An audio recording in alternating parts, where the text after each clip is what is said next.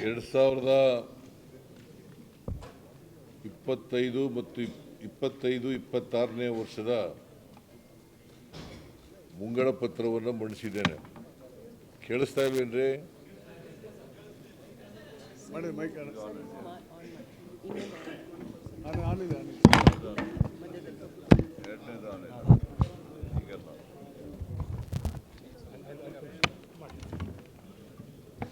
ಕೇಳಿಸ್ತಾ ಇದೆಯಾ?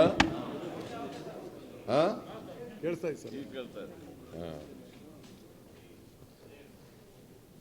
25-26ನೇ ಸಾಲಿಗೆ ಅಂದರೆ ಮುಂದಿನ ವರ್ಷ ಆರ್ಥಿಕ ವರ್ಷಕ್ಕೆ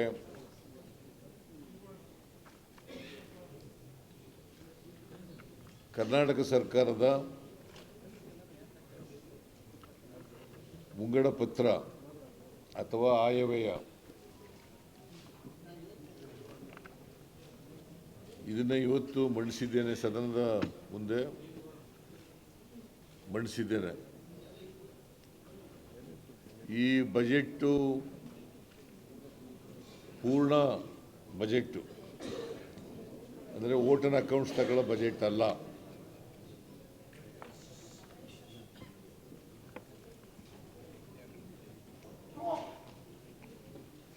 ಪೂರ್ಣ ಬಜೆಟ್ಟು ನೀವು ನೋಡಿದ್ರೆ ನಿಮ್ಗೇನು ಕೇಳಿಸ್ತಾ ಇಲ್ವಾ? ಕುತೂಹಲದಿಂದ ಕೇಳ್ತಾ ಇದ್ದೀರಾ?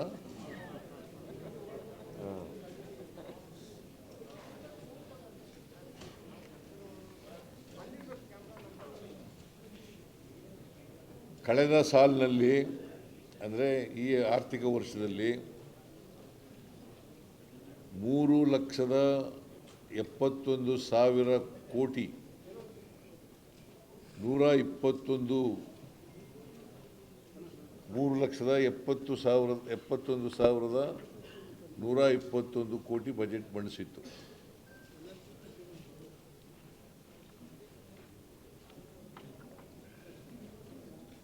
ಈ ಸಾರಿ ಬಜೆಟ್ ಗಾತ್ರ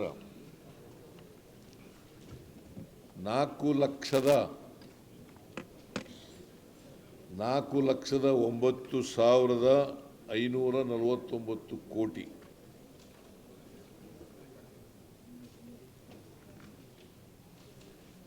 $4,09,549 ಅಂದರೆ ಕಳೆದ ಬಾರಿ ಬಜೆಟ್ ಗಾತ್ರಕ್ಕೂ ಈ ಬಜೆಟ್ ಗಾತ್ರಕ್ಕೂ ಸುಮಾರು 38,166 ಕೋಟಿ ರೂಪಾಯಿಗಳು ಹೆಚ್ಚಾಗಿದೆ. 38,166 ಕೋಟಿ ರೂಪಾಯಿ ಹೆಚ್ಚಾಗಿದೆ. ಅಂದರೆ ಬೆಳವಣಿಗೆಯ ದರ ಕಳೆದ ಬಜೆಟ್ ಗಾತ್ರಕ್ಕಿಂತ ಈ ವರ್ಷದ ಬಜೆಟ್ ಗಾತ್ರ 10.3 ಬೆಳವಣಿಗೆ ಆಗಿದೆ.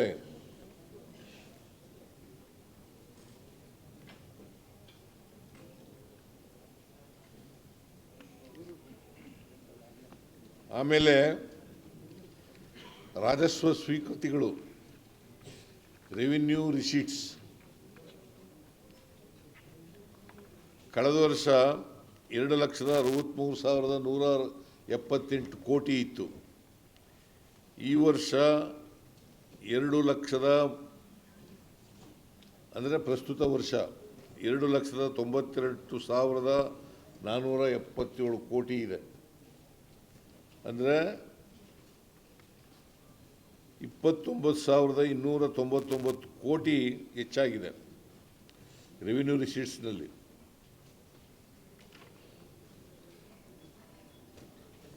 The growth is 11.1%.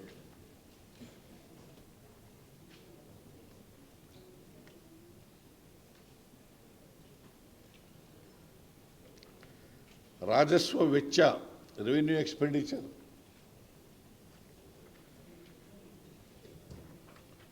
2,90,531 ಕೋಟಿ ಈ ವರ್ಷ ಎಸ್ಟಿಮೇಟೆಡ್ ಎಕ್ಸ್ಪೆಂಡಿಚರ್ 2,90,531 ಕೋಟಿ. ಮುಂದಿನ ಆರ್ಥಿಕ ವರ್ಷಕ್ಕೆ 3,11,739 ಕೋಟಿ. 3,11,739 ಕೋಟಿ ಅಂದರೆ ವೆಚ್ಚದಲ್ಲಿ ವ್ಯತ್ಯಾಸ ಈ ವರ್ಷಕ್ಕೆ ಮತ್ತು ಮುಂದಿನ ವರ್ಷಕ್ಕೆ 21,207 ಕೋಟಿ.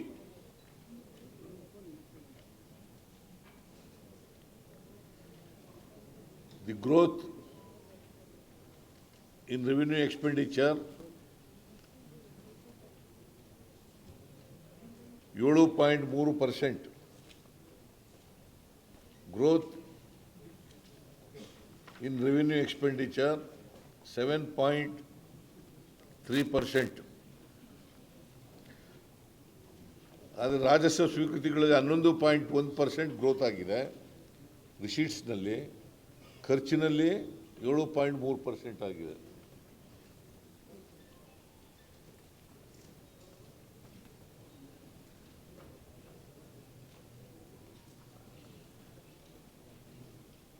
ಆಮೇಲೆ ಕಳೆದ ವರ್ಷ ಸಾಲ ಮಾಡಿದ್ದದು 1,05,246 ಕೋಟಿ.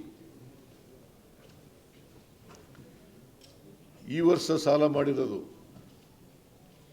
ಅಂದರೆ ಮುಂದಿನ ವರ್ಷಕ್ಕೆ 1,16,000 ಕೋಟಿ. ಅಂದರೆ ಸುಮಾರು 10,000 ಕೋಟಿಗೂ ಹೆಚ್ಚು ಸಾಲ ಮಾಡಿದ್ದೀವಿ. ಇದನ್ನು ವಿರೋಧ ಪಕ್ಷದವರು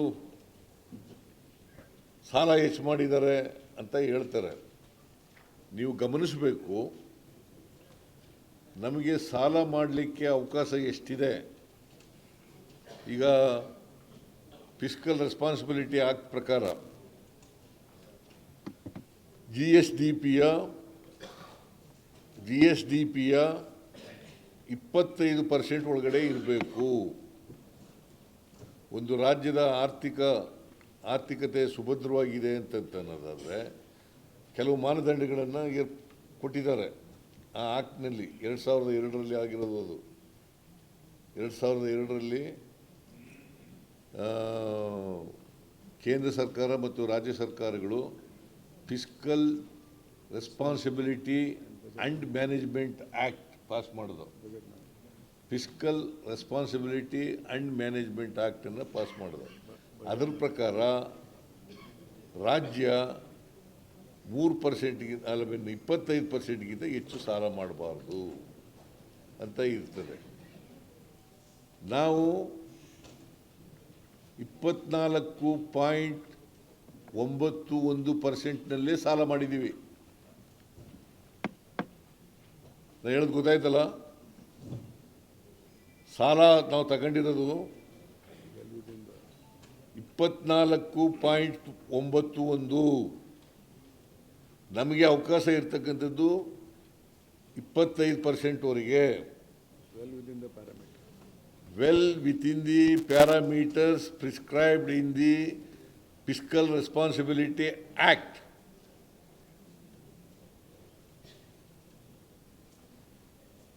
ಅದು ಒಂದಾಯ್ತಾ. ಆಮೇಲೆ ಎರಡನೇದು ವಿತ್ತೀಯ ಕೊರತೆ. ಫಿಸ್ಕಲ್ ರೆಸ್ಪಾನ್ಸಿಬಿಲಿಟಿನಲ್ಲಿ ಹಾಕಿ ಏನಂತ ಹೇಳಿದ್ದಾರೆ ಅಂತಂದರೆ 3%ಗಿಂತ ಜಾಸ್ತಿ ಹೋಗಬಾರ್ದು. ಫಿಸ್ಕಲ್ ಡಿಫಿಸಿಟ್ಟು 3%ಗಿಂತ ಜಾಸ್ತಿ ಹೋಗಬಾರ್ದು. ಜಿ ಎಸ್ ಟಿ ಪಿಯ 3%ಗಿಂತ ಜಾಸ್ತಿ ಹೋಗಬಾರ್ದು.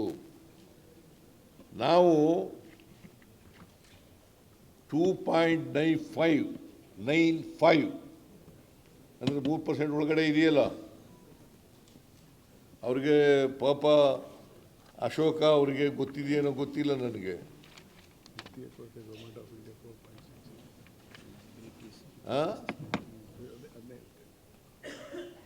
ಗೊತ್ತಿದೆಯೇನೋ ಗೊತ್ತಿಲ್ಲ ಅವರಿಗೆ ನನಗೆ.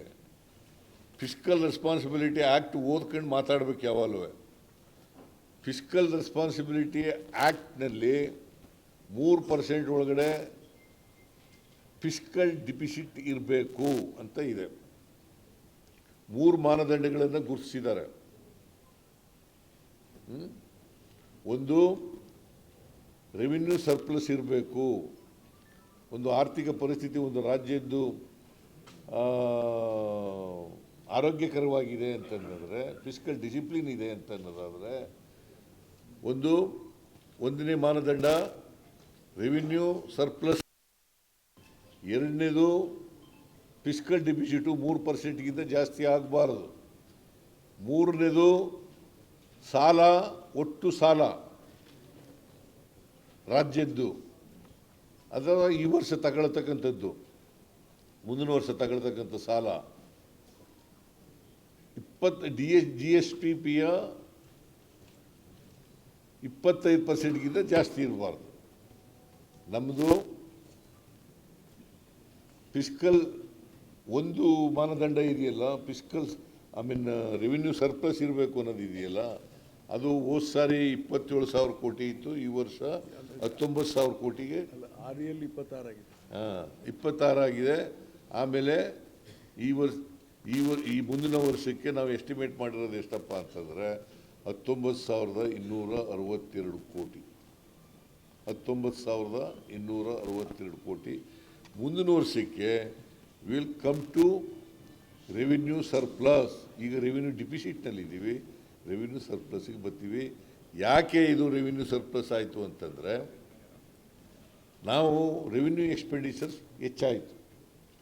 ರೆವಿನ್ಯೂ ಎಕ್ಸ್ಪೆಂಡಿಚರ್ ಹೆಚ್ಚಾದ್ರಿಂದ ರೆವಿನ್ಯೂ ಸರ್ಪ್ಲಸ್ ಆಗಲಿಲ್ಲ. ಯಾವೆಲ್ಲವೇ ರೆವಿನ್ಯೂ ಡಿಫಿಸಿಟ್, ರೆವಿನ್ಯೂ ಸರ್ಪ್ಲಸ್ ಆಗೋದಂತಂದರೆ revenue receipts and revenue expenditure. Revenue ರಿಸೀಟ್ಸ್ಗಿಂತ ರೆವಿನ್ಯೂ ಎಕ್ಸ್ಪೆಂಡಿಚರ್ ಕಡಿಮೆ ಇದ್ದರೆ ರೆವಿನ್ಯೂ ಸರ್ಪ್ಲಸ್ ಆಗುತ್ತೆ.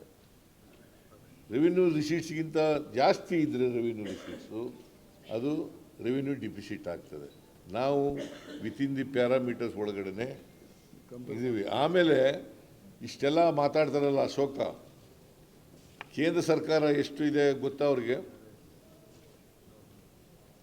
ಫಿಸ್ಕಲ್ ಡಿಫಿಸಿಟ್ ಎಷ್ಟಿದೆ ಗೊತ್ತಾ ಅವ್ರಿಗೆ? ದಯಮಾಡಿ ನೀವು ಕೇಳಬೇಕು ಅವರಿಗೆ. 4.61 4.61. ಕೇಂದ್ರ ಸರ್ಕಾರದ ಫಿಸ್ಕಲ್ ಡಿಫಿಸಿಟ್ 4.61. ಆಮೇಲೆ ನಮ್ಮದು ಇರ್ತಕ್ಕಂಥದ್ದು ಎಷ್ಟು? 2.95. You must know, Ashoka should know. ಆಮೇಲೆ ಹೊಣೆಗಾರಿಕೆ ಎಷ್ಟಿದೆ ಗೊತ್ತಾ? ನರೇಂದ್ರ ಮೋದಿಯವರು ಪ್ರಧಾನಮಂತ್ರಿ ಆದಾಗ 53,11,000 ಕೋಟಿ ಇತ್ತು. 53,11,000 ಕೋಟಿ. ಈಗ ಎಷ್ಟಾಗಿದೆ ಗೊತ್ತಾ? 2,01,000 ಕೋಟಿ. 2,05,000 ಕೋಟಿ. 56%. ಅವ್ರದ್ದು ಸಾಲ ಎಷ್ಟಪ್ಪ, ಹೊಣೆಗಾರಿಕೆ ಎಷ್ಟಿದೆ ಅಂತಂದರೆ, ನಾವು 25 ಒಳಗಡೆ ಇದ್ದರೆ ಅವ್ರದ್ದು 56% ಇದೆ. ಈ ಮಸ್ಟ್ ಆಸ್ಕ್. ನಿರ್ಮಲಾ ಸೀತಾರಾಮನ್ ಕೇಳಬೇಕು, ಯಾಕಮ್ಮ ಇಷ್ಟ ಆಗೋಯ್ತು ಸಾಲ ಅಂತ ಕೇಳಬೇಕಲ್ವಾ? ಅದು ಬಿಟ್ಬಿಟ್ಟು ಇಲ್ಲಿ ಕರ್ನಾಟಕದಲ್ಲಿ ನಾವು ವಿತಿನ್ ದಿ ಪ್ಯಾರಾಮೀಟರ್ಸ್ ಒಳಗಡೆ ಇದ್ರೂ ಕೂಡ ಕೇಳ್ತಾ ಇಲ್ಲಿ ಸಾಲ ಹೆಚ್ಚಾಗೋಯ್ತು ಅಂತ ಹೇಳೋದಿದೆಯಲ್ಲ, ಅದು ಒಂದು ಅವರಿಗೆ ಈ ಫಿಸ್ಕಲ್ ರೆಸ್ಪಾನ್ಸಿಬಿಲಿಟಿ ಆಕ್ಟ್ ಗೊತ್ತಿಲ್ಲ ಅಂತ ಹೇಳಬೇಕಾಗ್ತದೆ. ರಾಜಕೀಯವಾಗಿ ಕೇಂದ್ರ ಸರ್ಕಾರದ ಸ್ವಲ್ಪ ಹೊಣೆಗಾರಿಕೆಗಳು ಎಷ್ಟಿದ್ದಾವೆ, ಎಷ್ಟು ಪರ್ಸೆಂಟ್ ಇದೆ ಅಂತ ನೋಡ್ಕೊಳ್ಳೋದು ಒಳ್ಳೆಯದು ಅಂತೇಳಿ ಅವರಿಗೆ ಹೇಳಲಿಕ್ಕೆ ಬಯಸ್ತಾ ಇದ್ದೇನೆ. ಆಮೇಲೆ ನಮ್ಮದು ರಾಜಸ್ವ ಕೊರತೆ ಕಡಿಮೆ ಆಗಿದೆ. ಈಗ ಹೋದ ವರ್ಷ ಈ ವರ್ಷ 0.96% ಇತ್ತು. 1%ಗಿಂತ ಕಡಿಮೆ 0.96% ಇತ್ತು. ಅಂದರೆ ಮುಂದಿನ ವರ್ಷ 0.63% ಆಗಿದೆ.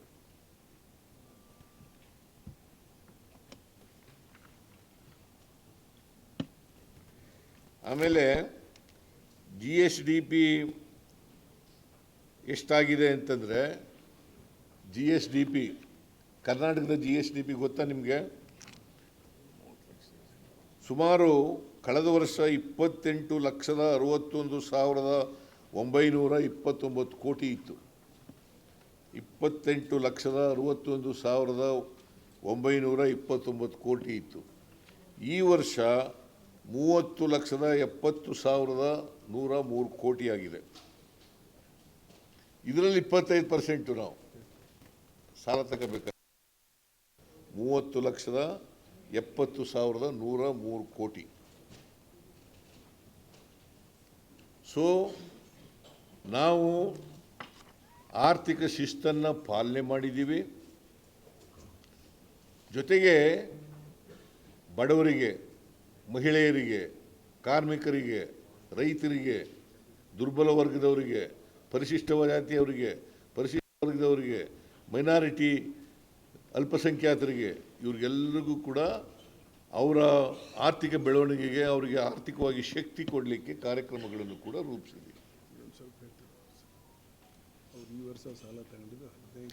ಆಮೇಲೆ ಈ ವರ್ಷ 50 ಲಕ್ಷ ಕೋಟಿ, 15 ಲಕ್ಷ 60 ಅಲ್ಲಲ್ಲ ಸರಿ, ಅವ್ರ ಬಜೆಟ್ ಇರೋದು 50 ಲಕ್ಷ ಕೋಟಿ.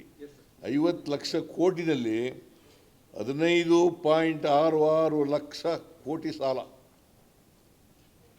ಕೇಂದ್ರ ಸರ್ಕಾರ 15.66 ಲಕ್ಷ ಕೋಟಿ ಸಾಲ, 12.5 ಲಕ್ಷ ಕೋಟಿ ವಾಪಸ್ ತುಂಬ್ತಾ ಇದೆ ರೀಪೇಮೆಂಟ್. ಗೊತ್ತಾಯ್ತಲ್ಲ? ಸೊ ಅದರಿಂದ ಅವರು 56% ಸಾಲ ತಗೊಂಡಿದ್ದಾರೆ, ನಾವು 2.95 ಸಾಲ ತಗೊಂಡಿದ್ದೀವಿ. So we are within the parameters of the fiscal responsibility act. You are not ರಾಜ್ಯ ಏನಾಯ್ತಿತ್ತು, ಗ್ಯಾರಂಟಿ ಯೋಜನೆಗಳು ಮಾಡಿದಾಗ ಇವರೇ ಹೇಳಿದರು, BJP ಅವರು, ಆರ್ಥಿಕವಾಗಿ ದಿವಾಳಿ ಆಗಿಬಿಡ್ತದೆ, ರಾಜ್ಯ ಆರ್ಥಿಕವಾಗಿ ದಿವಾಳಿ ಆಗಿಬಿಡ್ತದೆ. ದಿವಾಳಿ ಆಗಿದೆಯಾ? ದಿವಾಳಿ ಅನ್ನೋದಕ್ಕೆ ಪದ ಅರ್ಥ ಗೊತ್ತಾ ಅವ್ರಿಗೆ?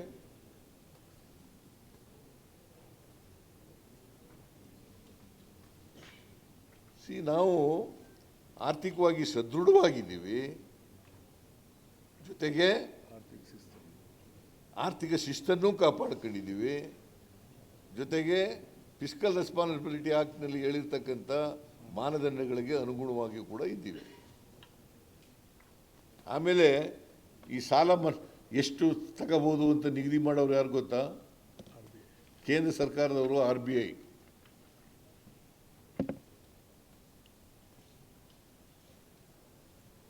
ಸೊ ನಾವು ಬಜೆಟ್ನಲ್ಲಿ ಏನು ಹೇಳಿದ್ದೋ, ಕಳೆದ ಇದಿರ್ಬೋದು 23-24 ಇರ್ಬೋದು, 24-25 ಇರ್ಬೋದು, ಆ ಎಲ್ಲ ಭರವಸೆಗಳನ್ನು ಈಡೇರಿಸಿದ್ದೀವಿ, ನುಡಿದಂತೆ ನಡೆದಿದ್ದೀವಿ ಅಂತ ಅದಕ್ಕೋಸ್ಕರನೇ ಹೇಳೋದು. ನುಡಿದಂತೆ ನಡೆದಿದ್ದೀವಿ.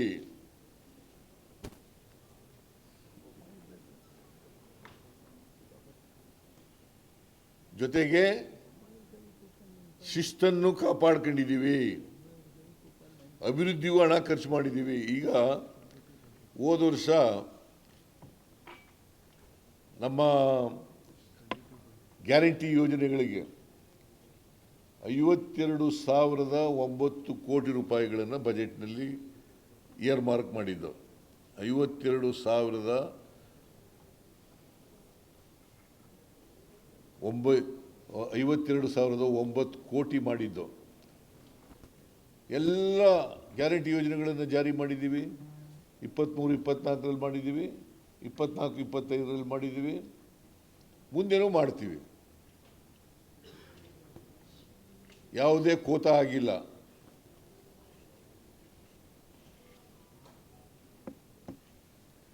ಎಲ್ಲ ಗ್ಯಾರಂಟಿ ಯೋಜನೆಗಳನ್ನು ಜಾರಿ ಮಾಡಿದ್ದೀವಿ. ಕಳೆದ ವರ್ಷ ಬಜೆಟ್ನಲ್ಲಿ 52,009 ಕೋಟಿ ಈ ವರ್ಷದ ಬಜೆಟ್ನಲ್ಲಿ ಇಟ್ಟಿದ್ದು. ಮುಂದಿನ ವರ್ಷಕ್ಕೆ 51,034 ಕೋಟಿ ರೂಪಾಯಿಗಳನ್ನು ಇಟ್ಟಿದ್ದೀವಿ. ಯಾಕೆ ಕಡಿಮೆ ಆಯಿತು ಅಂತಂದರೆ 52,000 ಕೋಟಿಯಿಂದ ಈ ಸಾರಿ ನಾವು ಅಕ್ಕಿ ಕೊಡ್ತೀವಲ್ಲ, ಗ್ಯಾರಂಟಿ ಯೋಜನೆಯಲ್ಲಿ 5 kg ಅಕ್ಕಿ ಕೊಡ್ತೀವಲ್ಲ, ಇವರು ಎಂಥದ್ದು ಕೇಂದ್ರದ FCI food corporation of India food corporation of ಇಂಡಿಯಾದವರು ಅಕ್ಕಿ ರೇಟ್ ನಾವು ಕೊಡುವಾಗ ಶುರು ಮಾಡಿದಾಗ 34 ರೂಪಾಯಿ ಇತ್ತು, ಈಗ 22 ರೂಪಾಯಿ ಆಗಿದೆ. ಅದರಿಂದ ಫುಡ್ ಆ್ಯಂಡ್ ಸಿವಿಲ್ ಸಪ್ಲೈಸ್ ಇದರಲ್ಲಿ ನಮಗೆ ಕಡಿಮೆ ಆಯಿತು, ಅದಕ್ಕೋಸ್ಕರವಾಗಿ ಕಡಿಮೆ ಮಾಡಿದ್ದೀವಿ. ಅದೊಂದರಲ್ಲಿ ಮಾತ್ರ. ಇನ್ನು ಉಳಿದವೆಲ್ಲ ಸುಮಾರು 28,000 ಕೋಟಿ ರೂಪಾಯಿ ಗೃಹಲಕ್ಷ್ಮಿ ಯೋಜನೆಗೆ ಖರ್ಚು ಮಾಡ್ತಾ ಇದ್ದೀವಿ ಪರ್ ಇಯರ್. 28,000ಕ್ಕೂ ಹೆಚ್ಚು ಕೋಟಿ ರೂಪಾಯಿಗಳನ್ನು ಗೃಹಲಕ್ಷ್ಮಿಗೆ ಖರ್ಚು ಮಾಡ್ತಾ ಇದ್ದೀವಿ. ಫಲಾನುಭವಿಗಳ ಸಂಖ್ಯೆ ಆಮೇಲೆ 1.2 ಎಲ್ಲ ಇಲಾಖೆಗಳಿಗೂ ಕೂಡ ಈ ಸಾರಿ ಹೆಚ್ಚು ಹಣವನ್ನು ಕೊಟ್ಟಿದ್ದೀವಿ, except food and civil supplies because of the price rise. ಇದು ಡಿಕ್ಲೈನ್ ಆಗೋದ್ರಿಂದ ಅದೊಂದು ಮಾತು ಬಿಟ್ಟು ಇನ್ನು ಬಾಕಿ ಎಲ್ಲ ಇಲಾಖೆಗಳಿಗೂ ಹೆಚ್ಚು ಕೊಟ್ಟಿದ್ದೀವಿ. ಅಂದಮೇಲೆ ಎಲ್ಲಿ ಅಭಿವೃದ್ಧಿ ಕೆಲಸಗಳಿಗೆ ಹಣ ಇಲ್ಲ. BJPಯವರು ಹೇಳ್ತಾ ಇರ್ತಕ್ಕಂಥದ್ದು ಸುಳ್ಳು. ಅವರು ರಾಜಕೀಯವಾಗಿ ಮಾಡ್ತಾ ಇದ್ದಾರೆ. ಏನಂತ ಹೇಳಿದ್ರು, ಎಲ್ಲ ಗ್ಯಾರಂಟಿ ಯೋಜನೆಗಳನ್ನು ಜಾರಿ ಮಾಡಿದ್ರೆ ಕರ್ನಾಟಕ ಸರ್ಕಾರ ದಿವಾಳಿ ಆಗಿಬಿಡ್ತದೆ ಅಂತ ಹೇಳಿದ್ರು. ಈಗ ದೆಹಲಿನಲ್ಲಿ ಏನು ಮಾಡಿದರು, ಹರಿಯಾಣದಲ್ಲಿ ಏನು ಮಾಡಿದರು, ಮಧ್ಯಪ್ರದೇಶದಲ್ಲಿ ಏನು ಮಾಡಿದರು, ಮಹಾರಾಷ್ಟ್ರದಲ್ಲಿ ಏನು ಮಾಡಿದರು, ರಾಜಸ್ಥಾನದಲ್ಲಿ ಏನು ಮಾಡಿದರು. ನಾವು ಹೇಳಿದ್ದನ್ನೇ ಫಾಲೋ ಮಾಡಿದ್ದಾರೆ, ಕಾಪಿ ಮಾಡಿದ್ದಾರೆ. ಸೊ ನಾವು ನೇರವಾಗಿ ಅವರ ಖಾತೆಗೆ ಹಣ ಕೊಡ್ತಕ್ಕಂಥ ಕೆಲಸ ಮಾಡಿದ್ದೀವಿ. ಮಧ್ಯವರ್ತಿಗಳ ಹಾವಳಿ ಇಲ್ಲ. DBT ಮೂಲಕ ನೇರವಾಗಿ ಹಣ ಕೊಡ್ತಕ್ಕಂಥ ಕೆಲಸ ಮಾಡಿದ್ದೀವಿ. ಇದನ್ನು ಯುರೋಪ್ ಕಂಟ್ರಿಗಳಲ್ಲಿ ಏನಂತ ಕರೀತಾರೆ ಅಂತಂದರೆ ಯೂನಿವರ್ಸಲ್ ಬೇಸಿಕ್ ಇನ್ಕಮ್ ಅಂತ ಕರೀತಾರೆ. ದಟ್ ಮೀನ್ಸ್ ಟು ಸೇ, ಈಗ ಒಂದು ಈ ಯೋಜನೆಗಳಿದ್ದಾವಲ್ಲ, ನಮ್ಮ ಗ್ಯಾರಂಟಿ ಯೋಜನೆಗಳು, ಒಂದು ಕಾನ್ಸ್ಟಿಟ್ಯೂನ್ಸಿಗೆ ಒಂದು ವರ್ಷಕ್ಕೆ ಎಷ್ಟು ಬರ್ತದೆ ಗೊತ್ತಾ? 232 ಆವರೇಜ್ 232 crores per constituency.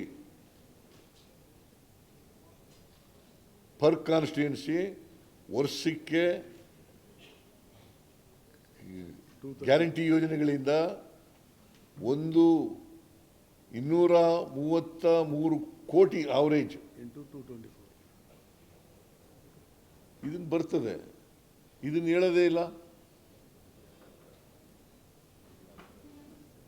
ಈಗ ಜನರ ಕೈಗೆ ದುಡ್ಡು ಕೊಡೋದು ಅಭಿವೃದ್ಧಿ ಅಲ್ವಾ? ಪರ್ಚೇಸಿಂಗ್ ಪವರ್ ಹೆಚ್ಚಾದರೆ ಎಕನಾಮಿಕ್ ಆಕ್ಟಿವಿಟೀಸ್ ಜಾಸ್ತಿ ಆಗಲ್ವಾ? ಆಗುತ್ತಾ ಇಲ್ವಾ?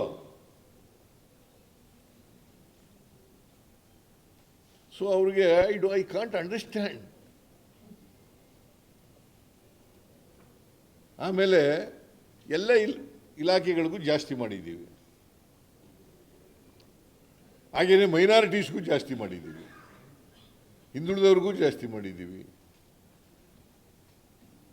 ಪರಿಶಿಷ್ಟ ಜಾತಿ ಪರಿಶಿಷ್ಟ ವರ್ಗದವ್ರಿಗೂ ಜಾಸ್ತಿ ಮಾಡಿದ್ದೀವಿ. ಆಮೇಲೆ ಮೈನಾರಿಟೀಸ್ನಲ್ಲಿ ಬರೀ ಮುಸ್ಲಿಮಾನರೇ ಬರಲ್ಲ, ಬೌದ್ಧರು ಬರ್ತಾರೆ, ಜೈನರು ಬರ್ತಾರೆ, ಸಿಖ್ರು ಬರ್ತಾರೆ, ಕ್ರಿಶ್ಚಿಯನ್ರು ಬರ್ತಾರೆ, ಎಲ್ಲ ಬರ್ತಾರೆ. ಈಗ ಕ್ರಿಶ್ಚಿಯನ್ರಿಗೆ 250 ಕೋಟಿ ಕೊಡ್ತೀವಿ ಅಂತ ಹೇಳಿದ್ದೀವಿ. ಅದು ಕ್ರಿಶ್ಚಿಯನ್ರಿಗೆಲ್ಲ ಹೋಗೋದು.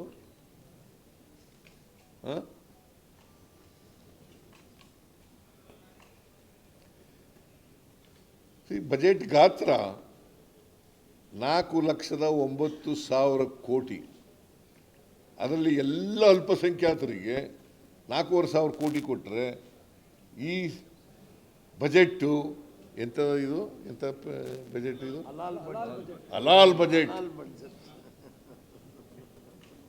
ಯಾಕಂತಂದರೆ ಅವ್ರ ಮನಸ್ಸಿನಲ್ಲಿ ಇರ್ತಕ್ಕಂಥದ್ದು ಭಾವನೆ ಇದೆಯಲ್ಲ, ಕೊಳಕು ಭಾವನೆ, ಆ ಕೊಳಕು ಭಾವನೆ ವ್ಯಕ್ತ ಆಗ್ತದೆ. ಅವನು ಯಾವನೋ ಒಬ್ಬ ಹೇಳ್ತಾನೆ,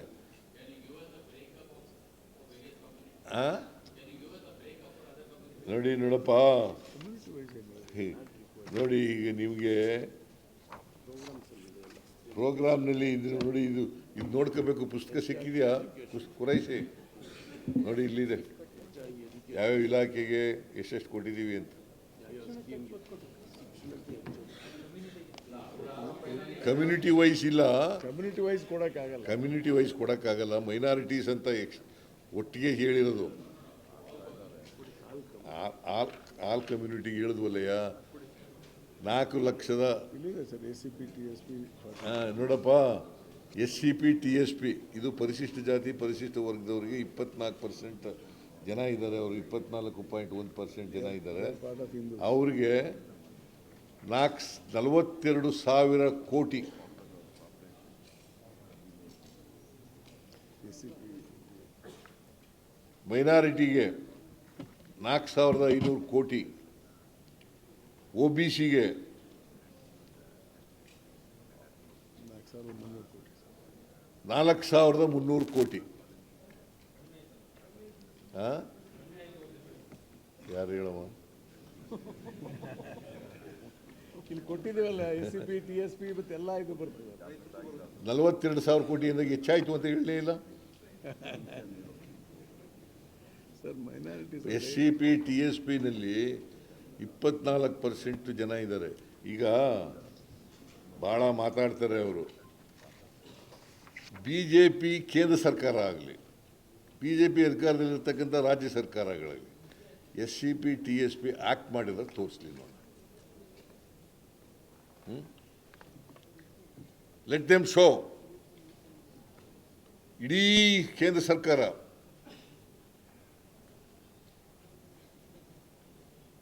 ಹದಿನೇಳು ವರ್ಷ ಅಧಿಕಾರ ಮಾಡಿದ್ದಾರೆ ಕೇಂದ್ರದಲ್ಲಿ.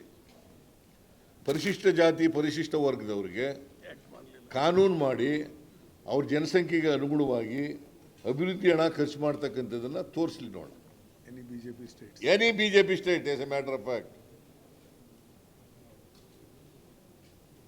ಅಲ್ಲಿ ಮಾಡಿ ಅಂತ ಕೇಳಕ್ ಧೈರ್ಯ ಇಲ್ಲ ಇವರಿಗೆ. ಕರ್ನಾಟಕದಲ್ಲಿ ಮಾಡಿರೋ ರೀತಿಯಲ್ಲಿ ಮಾಡ್ರಿ ಅಂತ. ಇಲ್ಲಿ ಮುಸಲ್ಮಾನರಿಗೆ ಕ್ರಿಶ್ಚಿಯನ್ರಿಗೆ ಹೆಚ್ಚು ಮಾಡಿಬಿಟ್ರಿ, ಮುಸಲ್ಮಾನರಿಗೆ ಹೆಚ್ಚು ಮಾಡಿಬಿಟ್ರಿ, ಮೈನಾರಿಟೀಸ್ಗೆ ಹೆಚ್ಚು ಮಾಡಿಬಿಟ್ರಿ ಅಂತ ಹೇಳಕ್ ಬರ್ತವೆ. What moral right they have? What moral right they have? C ಏನಿದೆ, ನಾ ಇನ್ನೂ ಕ್ವಶನ್ಗೆ ಬಂದಿಲ್ಲ. ತಾಳಯ ಕ್ವಶನ್ಗೆ ಬಂದಿಲ್ಲಪ್ಪ, ಆಮೇಲೆ ಕೇಳಿ. ಈಗ ಮೈ ಪಾಯಿಂಟ್ ಈಸ್, ಇದು ಎಲ್ರಿಗೂ ಸಾಮಾಜಿಕ ಶಕ್ತಿ ಕೊಡೋದು. ಈಗ ಮೈನಾರಿಟೀಸ್ಗೆ ನಾವು ಯಾಕೆ ಹೆಚ್ಚು ಕೊಡಬೇಕಾಗಿ ಬಂದಿದೆ ಈ ಸಾರಿ ಅಂತಂದರೆ, ಅವರಿಗೆ ಎಜುಕೇಷನ್ನು ಇದೆಯಾ?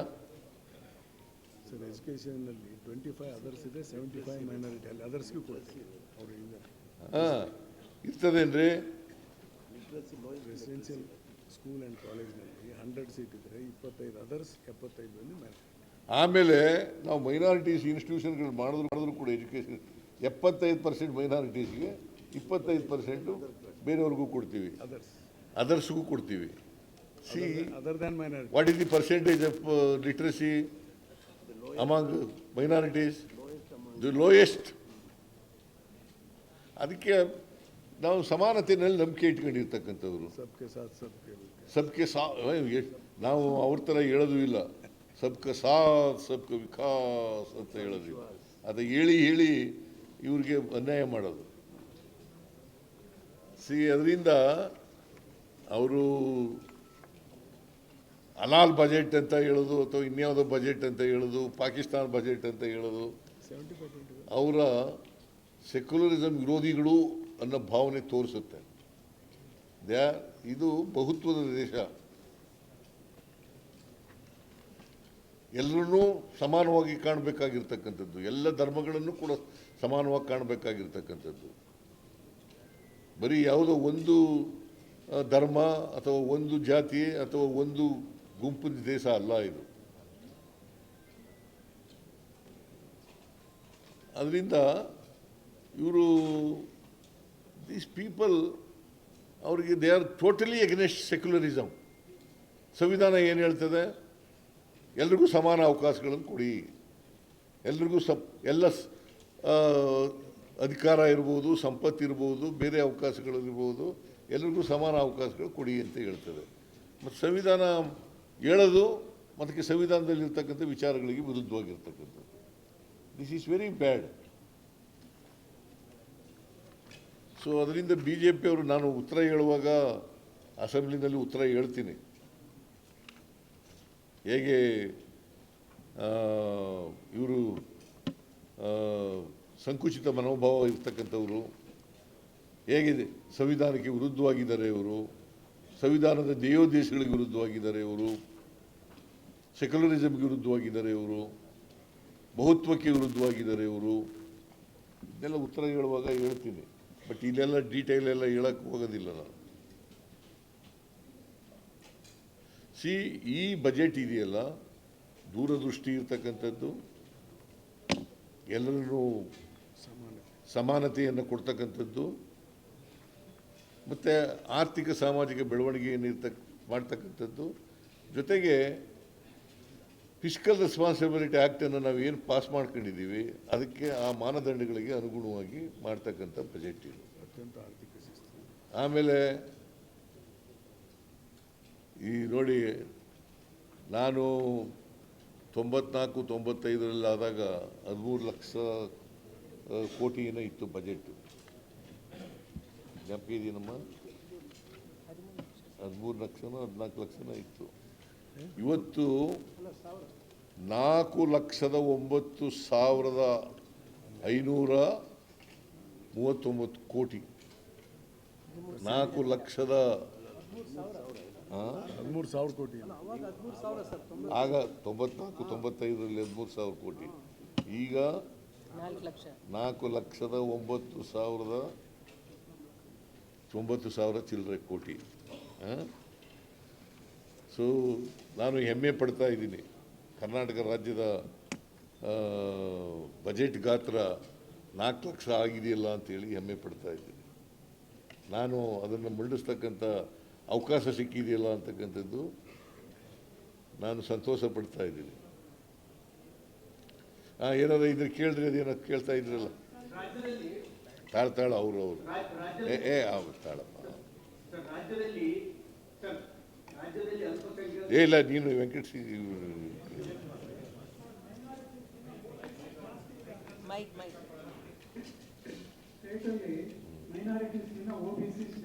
ಮೈನಾರಿಟೀಸ್ ಎಷ್ಟು ಪರ್ಸೆಂಟ್ ಇದ್ದಾರೆ?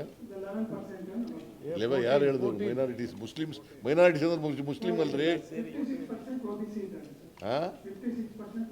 ಹೌದಪ್ಪ, ಇದ್ದಾರೆ. ಬೇರೆ ಬೇರೆ ಅವೆಲ್ಲ ಸಿಗೋದಿಲ್ಲ ಅವರಿಗೆ. ಬೇರೆ ಬೇರೆ ಎಜುಕೇಷನ್ ಪರ್ಸೆಂಟೇಜ್ ಎಷ್ಟು? ಎಜುಕೇಷನ್ ಪರ್ಸೆಂಟ್, ಲಿಟ್ರಸಿ ಪರ್ಸೆಂಟೇಜ್ ಎಷ್ಟು? ಸರ್ ಈಗ ಗೊತ್ತಿಲ್ಲ, ನೀವು ಸುಮ್ಮನೆ. ಲಿಟ್ರೇಸಿ 900 ಕೋರ್ಸ್ ಮೈನಾರಿಟಿ ಕೊಟ್ಟಿದ್ದು ಸರ್. ಅದ್ರಾಗ 75% ಮೈನಾರಿಟಿ ಕೊಡುತ್ತೆ, 25% ಅದರ್. ಆಮೇಲೆ ಹೋದ ವರ್ಷ 2,900 ಕೋಟಿ ಕೊಟ್ಟಿತ್ತು. ಈ ವರ್ಷ 4,000 ಕೊಟ್ಟಿದೆ ಫಾರ್ ಆಲ್ ಮೈನಾರಿಟಿ ಪೀಪಲ್. ಅದೇ ವಿಚಾರಕ್ಕೆ ಸಂಬಂಧಪಟ್ಟಂಗೆ ಧರ್ಮಾಧಾರಿತ ಮೀಸಲಾತಿ ಕೊಡಂಗಿಲ್ಲ ಅಂತ ಅಂಬೇಡ್ಕರ್ ಹೇಳಿದ್ದಾರೆ, ಬಟ್ ಇವರು ಗುತ್ತಿಗೆಯಲ್ಲೂ ಮೀಸಲಾತಿ ಕೊಟ್ಟಿದ್ದಾರೆ ಅಂತ ಅವರ ಮೈನಾರಿಟೀಸ್ ಅಂತ ಹೇಳಿರೋದು ಧರ್ಮಕ್ಕಲ್ಲ, ಧರ್ಮದ ಮೇಲಲ್ಲ. ಕೊಟ್ಟಿರೋದು ಧರ್ಮದ ಮೇಲಲ್ಲ, ಅಲ್ಪಸಂಖ್ಯಾತರು. ನೋಡಪ್ಪ, 2A ಕೊಟ್ಟಿಲ್ವಾ? SC/ST ಕೊಟ್ಟಿಲ್ವಾ? ಕ್ಯಾಟಗರಿ 1 ಕೊಟ್ಟಿಲ್ವಾ? ಮತ್ತೆ ಬರೀ ಮುಸ್ಲಿಮರನ್ನ ಯಾಕೆ ಹೇಳ್ತೀರಿ ನೀವು? ಅವ್ರು ಹೇಳ್ತಾರಪ್ಪ. ಅವ್ರಿಗೆ ಅವರಿಗೆ ಮೈನಾರಿಟಿ ವಿರೋಧ ಮಾಡೋದೇ ಒಂದು ರಾಜಕೀಯ ನಿರ್ಣಯ ಅವ್ರದ್ದು. ಅವ್ರು ಹೇಳೋದನ್ನ ನೀವು ಹೇಳೋಕ್ಕಾಗಬಲ್ದು, ನೀವು ಹೇಳಿ. FKCC ಯಾರು ನಿಮ್ಮ ಬಜೆಟ್ ವೆಲ್ಕಮ್ ಮಾಡಿದ್ದಾರೆ, one of very progressive budget.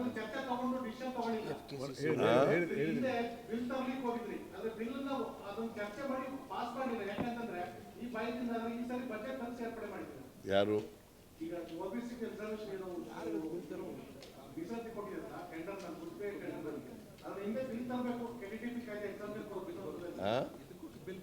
ಇದಕ್ಕೂ ಬರ್ತದೆ, ಬಿಲ್ ಬರ್ತದೆ. ಇಲ್ಲ ಬಿಲ್ ಬರ್ತದೆ. ಯಾಕೆ ಅಂತಂದರೆ ನಮಗೆ ಕೌನ್ಸಿಲ್ನಲ್ಲಿ ಮೆಜಾರಿಟಿ ಇರಲಿಲ್ಲ ಅಂತೇಳಿ ತರಲಿಲ್ಲ.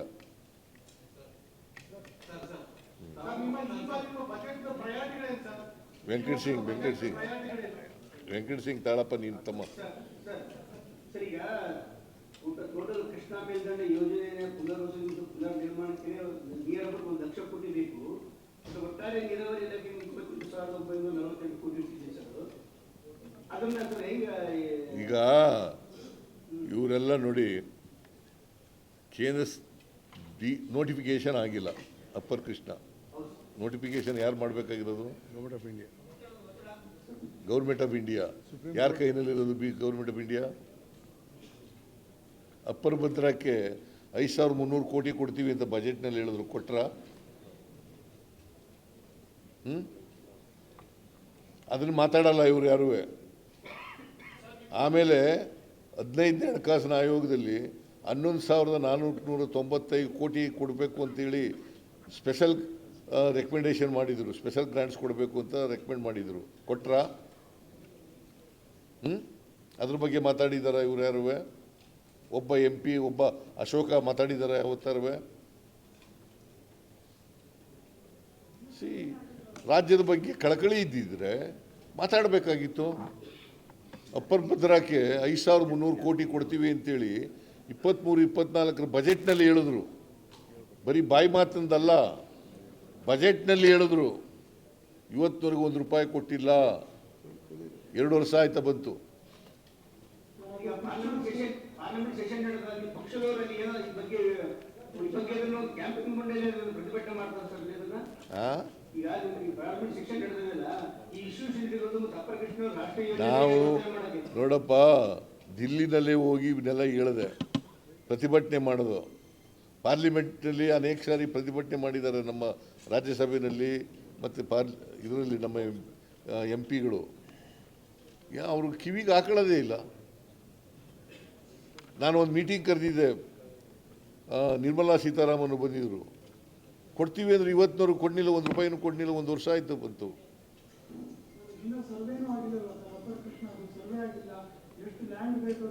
ಯಾರು ಹೇಳಿದ್ರು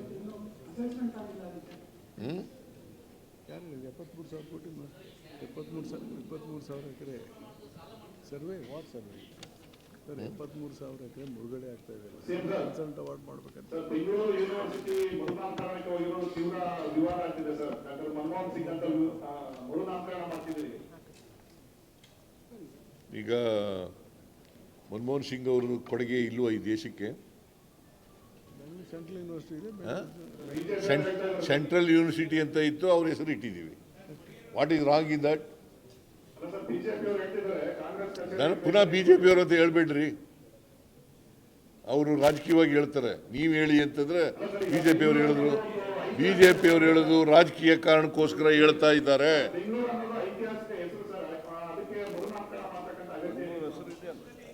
ಏನಿಲ್ಲ, ಮರುನಾಮಕರಣ ಅದು ಸೆಂಟ್ರಲ್ ಯೂನಿವರ್ಸಿಟಿ ಅಂತ ಇತ್ತು, ಸೆಂಟ್ರಲ್ ಸಿಟಿ ಯೂನಿವರ್ಸಿಟಿ. ಈಗ ಅದನ್ನು ಮನಮೋಹನ್ ಸಿಂಗ್ ಸಿಟಿ ಯೂನಿವರ್ಸಿಟಿ ಅಂತ ಮಾಡಿದ್ವಿ. ವಾಜಪೇಯಿ ಮಾಡಿದ್ದಾರಲ್ಲ, ಬೌರಿಂಗ್ ಹಾಸ್ಪಿಟ್ಲಿಗೆ ವಾಜಪೇಯಿ ಮೆಡಿಕಲ್ ಕಾಲೇಜ್ ಅಂತ ಮಾಡಿದ್ರಲ್ಲ, ಯಾಕೆ? ಅದು ಹಳೆಯದಲ್ವಾ?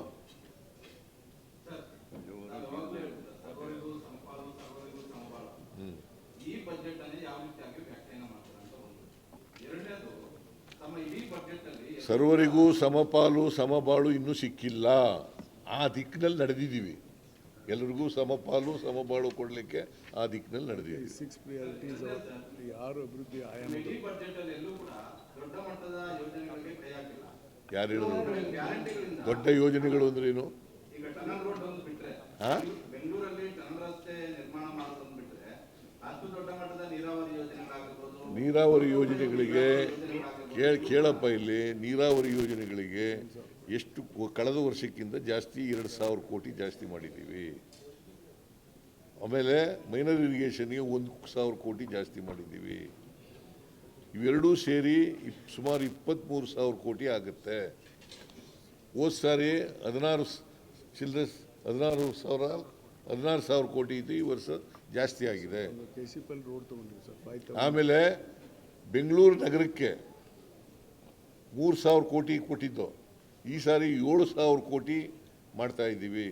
ಬೆಂಗಳೂರು ನಗರದ ಅಭಿವೃದ್ಧಿಗೆ 54,000 ಕೋಟಿ ರೂಪಾಯಿಗಳು ವಿವಿಧ ಇದಕ್ಕೆ ಮಾಡ್ತಾ ಇದ್ದೀವಿ. ಸುಮಾರು ರಿಂಗ್ ರೋಡ್ಗೆ, ಪೆರಿಫೆರಲ್ ರಿಂಗ್ ರೋಡ್ಗೆ 27,000 ಕೋಟಿ ರೂಪಾಯಿ ಮಾಡ್ತಾ ಇದ್ದೀವಿ. ಆಮೇಲೆ ಟನಲ್ ಮಾಡಲಿಕ್ಕೆ ಸುಮಾರು 40,000 ಕೋಟಿ ರೂಪಾಯಿ ಖರ್ಚು ಮಾಡ್ತೀವಿ. ಇವೆಲ್ಲ ಬಜೆಟ್ನಲ್ಲಿ ಹೇಳಿದ್ದೀವಿ, ನೀವೆಲ್ಲ ನೋಡಬೇಕು ಬಜೆಟ್ನ. ಪ್ರಮುಖವಾದ ರಾಜ್ಯದ ರಸ್ತೆಗಳು ಸರ್ ಇವು. ಹಾಂ ಹಾಂ ನೋಡಪ್ಪ, ಹೋದ ವರ್ಷ 55,000 ಕೋಟಿ ರೂಪಾಯಿ ಕ್ಯಾಪಿಟಲ್ ಎಕ್ಸ್ಪೆಂಡಿಚರ್ ಇತ್ತು. ಈ ಸರ್ 83. ಮುಂದಿನ ವರ್ಷಕ್ಕೆ 83,000 ಕ್ಯಾಪಿಟಲ್ ಎಕ್ಸ್ಪೆಂಡಿಚರ್ ಜಾಸ್ತಿ ಆದರೆ ಸುಮಾರು 47% ಜಾಸ್ತಿ ಆಗಿದೆ. ದಟ್ ಮೀನ್ಸ್ ಟು ಸೇ ಆರ್ಥಿಕವಾಗಿ ಬೆಳವಣಿಗೆ ಆಗ್ತಾ ಇದೆ ರಾಜ್ಯ. ಅದರ ಅರ್ಥ ಹೋದ ವರ್ಷ 55,000 ಕೋಟಿ, ಈ ವರ್ಷ 83,000 ಕೋಟಿ, 47% ಸುಮಾರು 47% increased increase growth. capital expenditure.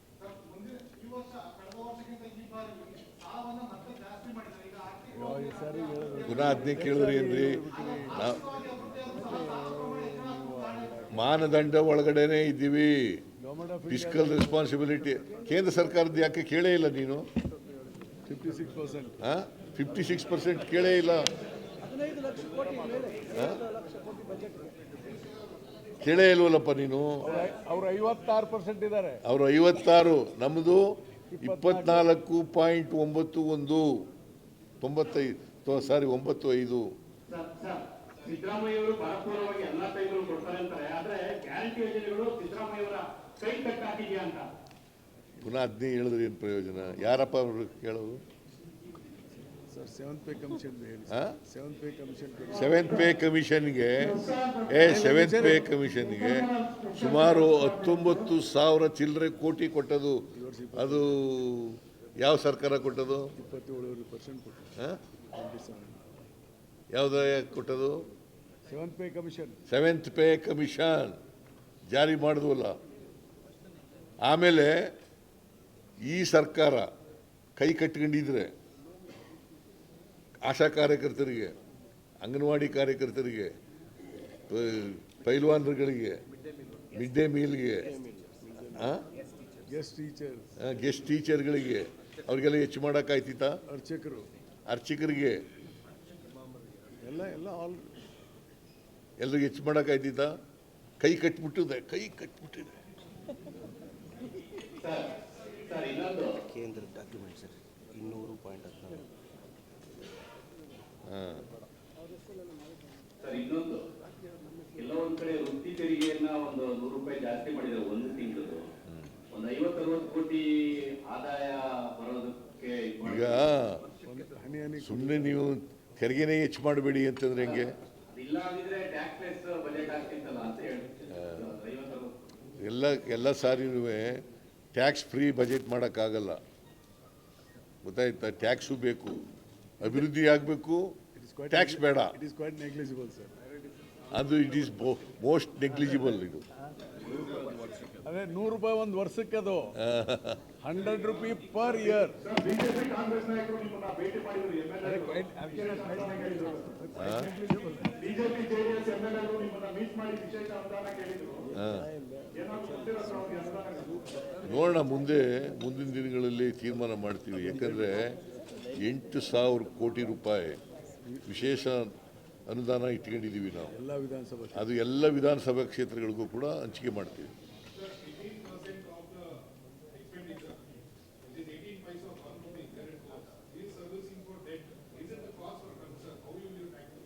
ಯಾವುದು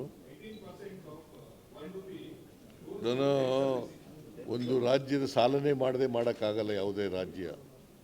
ಈ ಕೇಂದ್ರ ಸರ್ಕಾರ ನೋಡಿ, ಕೇಂದ್ರ ಸರ್ಕಾರದ ಡಾಕ್ಯುಮೆಂಟ್ ಇದು ಎಷ್ಟು ಗೊತ್ತಾ, 200,16,000 ಕೋಟಿ ಸಾಲ ಇದೆ ಅವ್ರ ಮೇಲೆ, ಕೇಂದ್ರದವ್ರ ಮೇಲೆ.